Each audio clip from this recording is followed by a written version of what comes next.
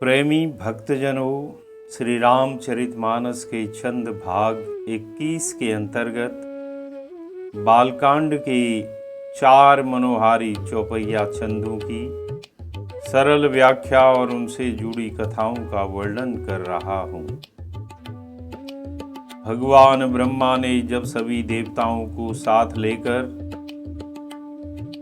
और अति व्याकुल होकर श्री हरि की चरणों की स्तुति की, तो देवताओं और पृथ्वी को अत्यंत भयभीत जानकर और उनके स्नेह युक्त वचन सुनकर गंभीर आकाशवाणी हुई।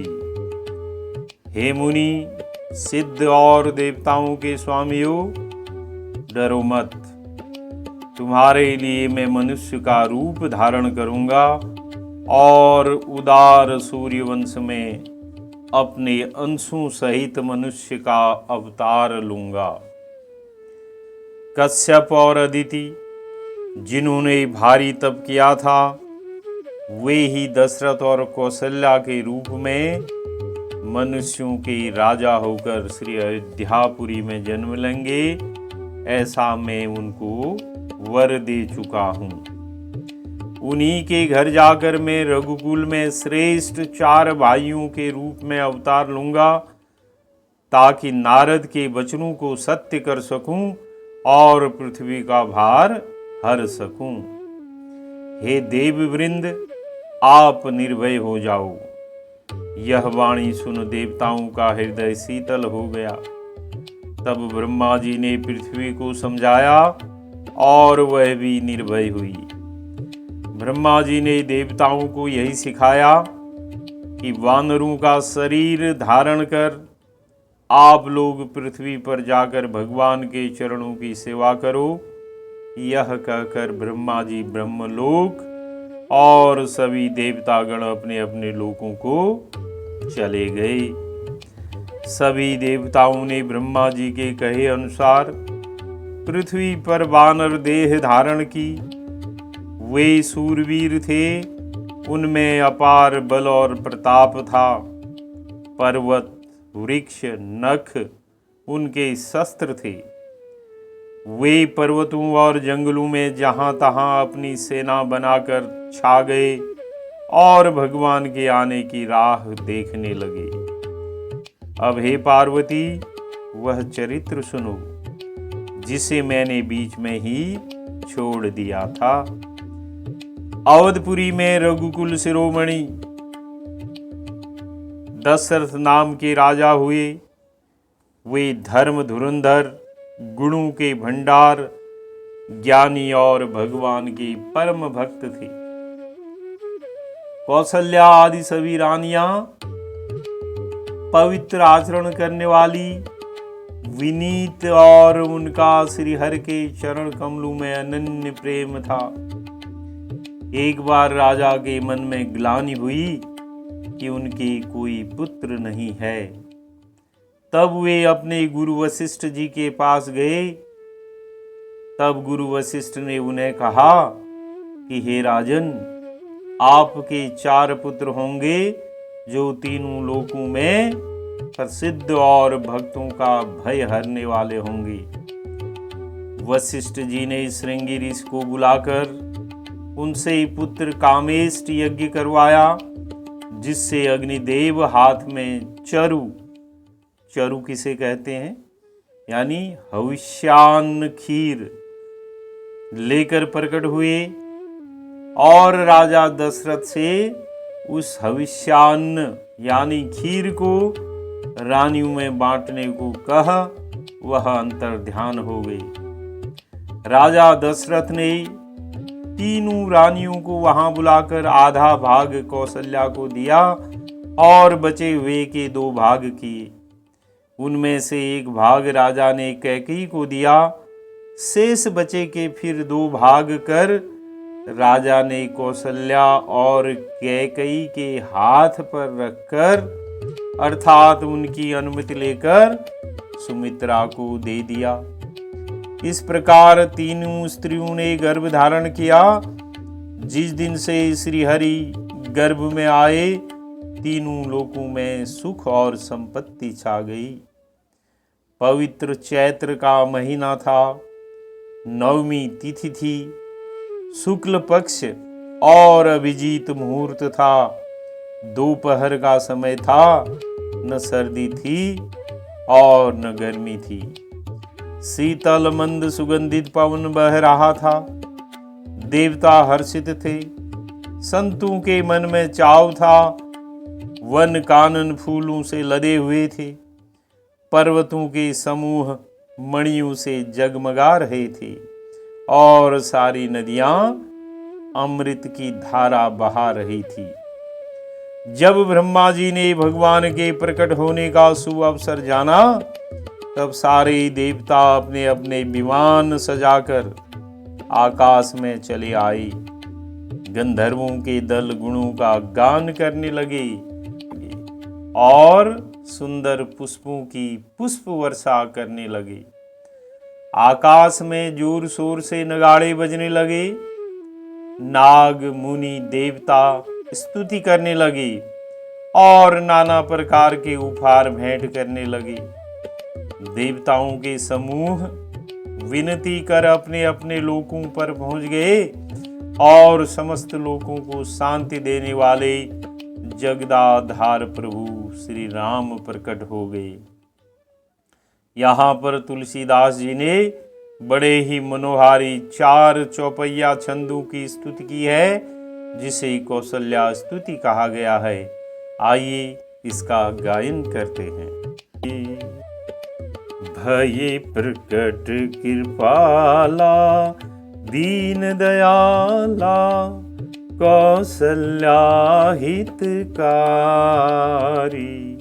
हर्षित महतारी, मुनि मनहारी, अद्भुत रूप विचारी, लोचन अभिरामा, तनु घन श्यामा, निज आयुध भुज चारी, भूषण बनमाला, नयन विशाला, शोभा सिंधु खरारी, भय प्रकट कृपाला दीन दयाला, कौसल्या हितकारी।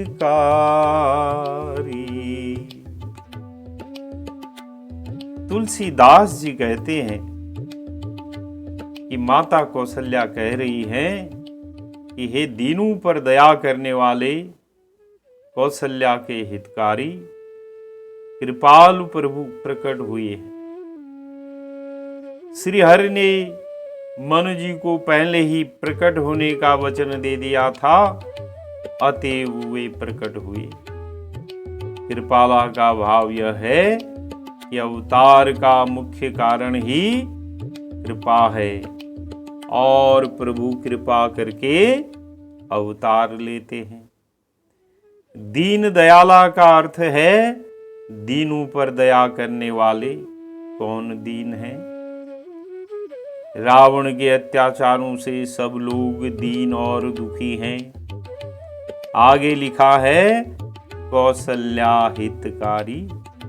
क्यों कौसल्या हितकारी लिखा है? क्योंकि प्रभु सूतिकागार में ही कौसल्या जी को चतुर्भुज रूप में दर्शन देने के लिए प्रकट हुए थे। इसके अलावा माता का हित पुत्र द्वारा विशेष होता है, क्योंकि पूर्व में शत्रुपा शरीर में अलौकिक विवेक का वरदान प्रभु ने दिया था, इसीलिए कौसल्या हितकारी लिखा। इसके अलावा माता को बाल सुख विशेष होता है। कुलदेव श्री रंग जी की पूजा के समय भी इन्होंने युगल शिशु लीला दिखाई थी और फिर विराट रूप का दर्शन भी कराया, इसीलिए कौसल्या हितकारी लिखा है।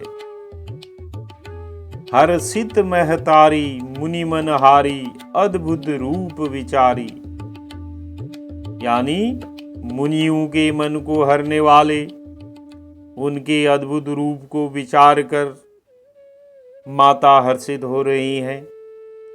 अर्थात जिस रूप का ध्यान मुनि मन से करते हैं, उसी रूप को माता कौशल्या प्रत्यक्ष रूप से देख रही हैं। यह ऐसा रूप है जो मुनियों और विषय रस से रूखे महानुभावों के भी मन को हरण कर लेता है। इसी से इसे अद्भुत रूप कहा है। कहने का तात्पर्य है कि ऐसा सुषमा निदान कमनीय रूप दूसरा जगत में कहीं नहीं है, क्योंकि श्री हरि आयुधादि अस्त्र शस्त्र लेकर प्रकट हुए, इसीलिए अद्भुत रूप कहा है।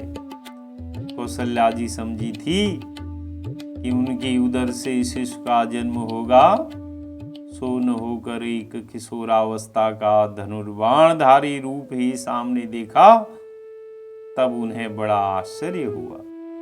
इसीलिए अद्भुत रूप कहा है, क्योंकि प्रसूति के समय बच्चा हुआ ही नहीं और ऐसा चतुर्भुजी रूप प्रकट हुआ।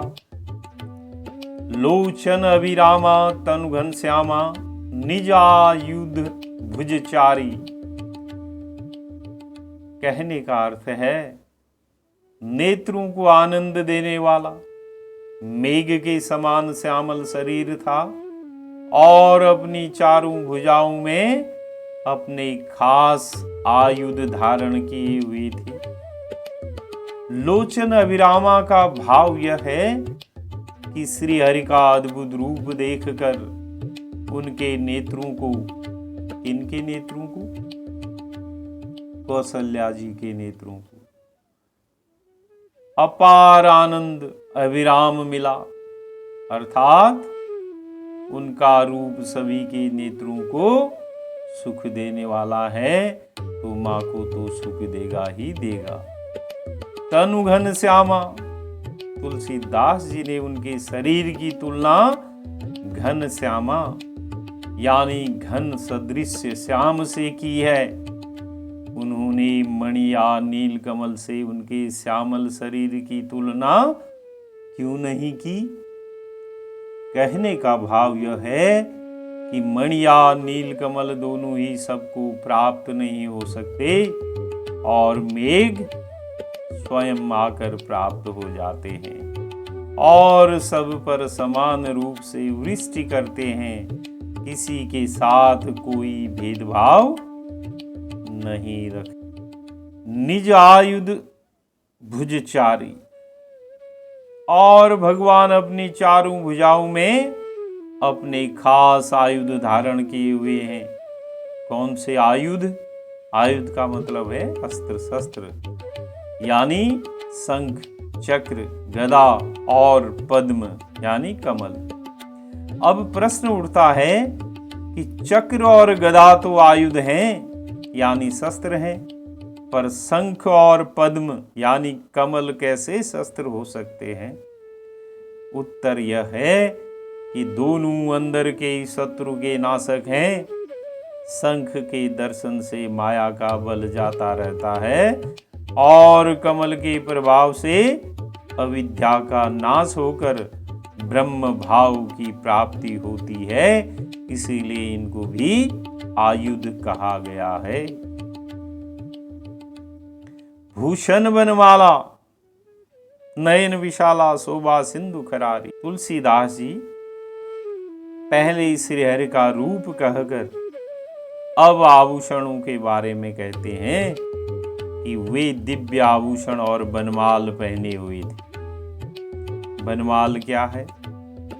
विभिन्न प्रकार के फूलों तथा तुलसी मंजरी आदि से बनाई हुई माला बनमाला कहलाती है। नयन विशाला, और उनके नेत्र अति विशाल हैं। तो विशाल नेत्रों में ऐसा क्या? जिनमें करुणा भरी हो, प्यार भरा हो, जो सारे जगत को एक समान देखता हो, अपना सा देखता हो, ऐसे विशाल उनके नयन हैं। शोभा सिंधु खरारी, इस प्रकार शोभा के सिंधु तथा खर राक्षस को मारने वाले भगवान प्रकट हुए। कहने का अर्थ यह है कि आपके शोभा समुद्र में खर भी डूब गया था, अर्थात शत्रु भी मोहित हो जाते हैं। कह दुई कर जोरी स्तुति तोरी, केहि विधि करो अनंता। माया गुण ज्ञानातीत अमाना, वेद पुराण भनंता। करुणा सुख सागर सब गुण आगर, जेहि गावहि श्रुति संता। सो मम हित लागी जन अनुरागी, भयउ प्रकट श्रीकंता। कह दुई कर जोरी स्तुति तोरी, केहि विधि करो अनंता। माता कौशल्या दोनों हाथ जोड़कर कहने लगी कि हे अनंत, मैं किस प्रकार तुम्हारी स्तुति करूं। कहने का भाव यह है कि जब आपका अंत ही नहीं है तब स्तुति किस विधि से बन सकती है। दोनों हाथ जोड़ना तन की शक्ति है और किस विधि से स्तुति करूं यह कहना वचन की भक्ति है। माया गुण ज्ञानातीत अमाना, वेद पुराण भनंता। आपको वेद पुराण माया गुण और ज्ञान से परे और परिमाण रहित बतलाते हैं। करुणा सुख सागर सब गुण आगर, जेहि गावै श्रुति संता। श्रुतियां और संतजन दया और सुख का सागर, सब गुणों का धाम कहकर जिनका गान करते हैं। श्रुति संत कहने से श्रुति और स्मृति सूचित हुए हैं, क्योंकि स्मृतियां संतों की बनाई हुई है। भगवान में तो सभी गुण हैं, किंतु यहाँ केवल करुणा सागर, सुख सागर और गुणागर कहा गया है। कहने का भाव यह है कि जो गुण कौशल्या जी ने दर्शन पाने पर स्वयं अनुभव किए, यानी अपने हृदय में देखे, उन्हीं को वे कहती हैं। सो मम हित लागी जन अनुरागी, भयउ प्रकट श्रीकंता। कौशल्या जी आगे कहती हैं कि मेरे कल्याण के लिए और भक्तों पर प्रेम करने वाले लक्ष्मीपति भगवान प्रकट हुए हैं। ब्रह्मांड निकाया निर्मित माया, रोम रोम प्रतिवेद कहें। मम उर्सोवासी यह उपहासी, सुनत धीर मति थिर न रहें। उपजा जब ज्ञाना प्रभु मुस्काना, चरित बहुत विधि कीन चहें। कही कथा सुहाई मातु बुझाई, जेहि प्रकार सुत प्रेम लहें। ब्रह्मांड निकाया निर्मित माया, रोम रोम प्रति वेद कहें। वेद कहते हैं कि माया के रचे हुए ब्रह्मांडों के समूह आपके रोम रोम में भरे पड़े हैं, अर्थात आपका ऐसा सूक्ष्म रूप है कि कोई उसे जान नहीं सकता, और आपका इतना भारी स्वरूप है कि करोड़ों ब्रह्मांड एक एक रोम में हैं, सो मेरी आप उदर में बसे। मम उरुसौ वासी यह उपहासी, सुनत धीर मति थिर न रहे। कौशल्या जी कहती हैं कि जो यह सुनेगा वह यही कहेगा कि कौशल्या का उदर कितना भारी था कि जिसमें इतना बड़ा ब्रह्म रह सका, अर्थात इतना बड़ा ब्रह्म कैसे अति छोटा होकर कौशल्या के गर्भ में रहा। यह सुनकर धीरों की बुद्धि अर्थात विवेकी जनों की बुद्धि भी स्थिर नहीं रहेगी, अर्थात वे भी विचलित हो जाएंगे और मेरी भी धीर बुद्धि स्थिर नहीं रह जाती, अर्थात चलायमान हो जाती है कि कैसे करोड़ों ब्रह्मांडों को अपने रोम रोम में धारण करने वाले प्रभु मेरे उदर में रहे।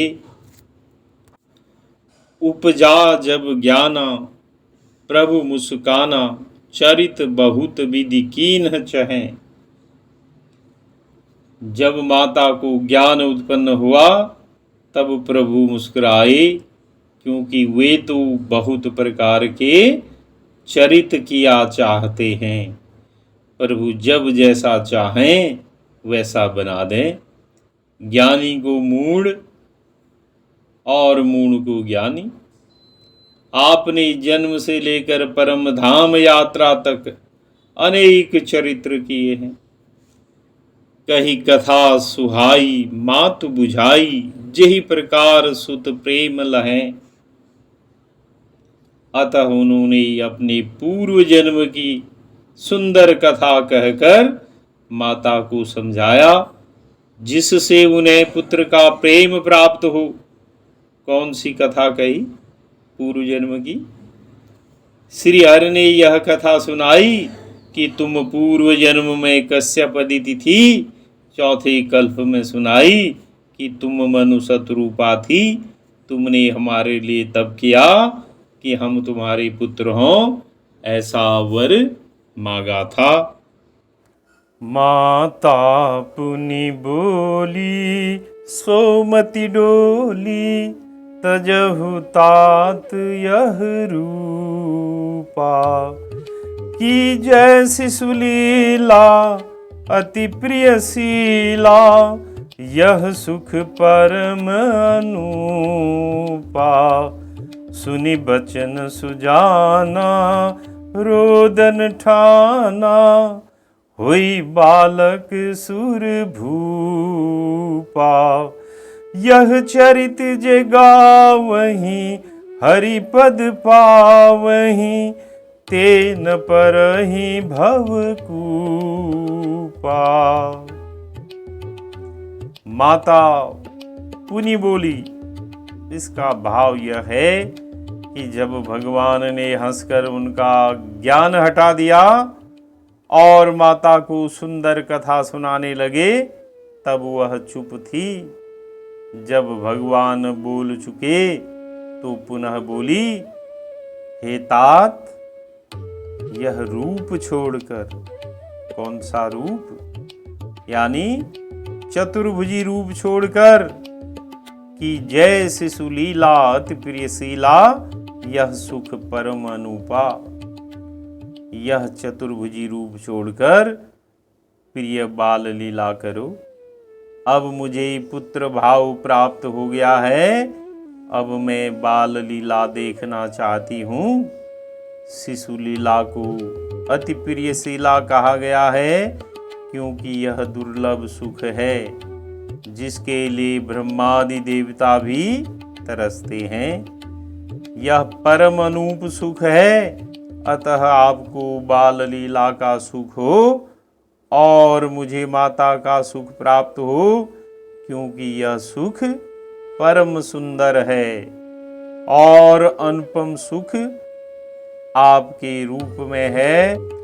सुनि बचन सुजाना रोदन ठाना, होई बालक सुर भूपा। माता के यह वचन सुनकर, कौन से वचन?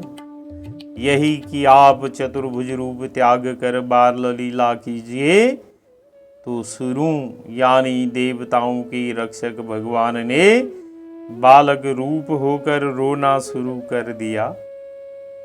क्योंकि श्री हरि देवताओं की रक्षा के निमित्त ही बालक रूप हुए हैं, क्योंकि रावण की मृत्यु नर के हाथों लिखी हुई है।